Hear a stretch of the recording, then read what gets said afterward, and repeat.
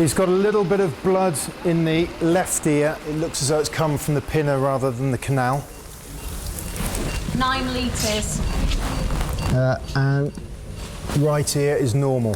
I think what appeals to me about this job is the variety and the different contexts that I'm putting my medical skills to work in. Airway's okay. We're working with the same small group of people day in, day out, and that means that there's an extremely motivated, highly professional group. If you're happy with him on his side for a minute, what we'll do is we'll just put a bit of Celox in that leaking hole. There is a sense of community out here and a bond that comes from us being on military deployment. You don't know every soldier who comes in, but you've got a commonality with everybody that you're treating. Okay, so that's him as flat as I can get him.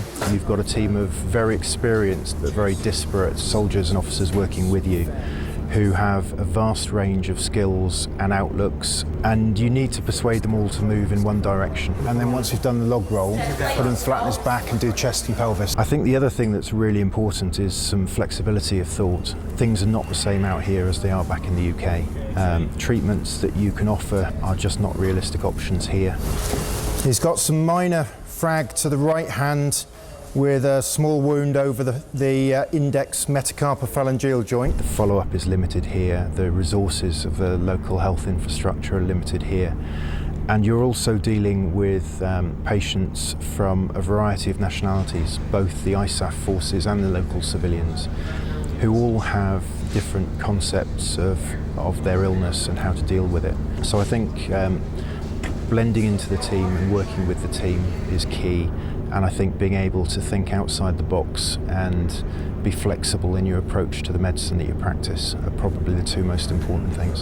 Speaking of your hair, you got a couple long ones in the front. Yeah, thank you for that. You want me to? Yeah, go on then. Someone was volunteering yesterday, but I was moving too fast. I'm not sewing them up. Oh, beautiful. Happy? Yeah. Excellent. The camaraderie and the humour and the support that you get within the group is absolutely phenomenal. No, sideburn. Sideburn. Oh, okay. There you go, mate. All right.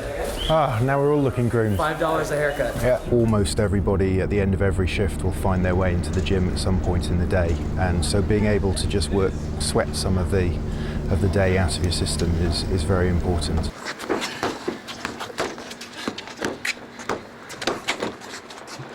I think people who are considering coming out to do an operational deployment are likely to thrive on the challenge and thoroughly enjoy the whole operation, as long as they're able to work within the team. I think that's the absolutely critical thing. Okay. Can you feel me touching your toes?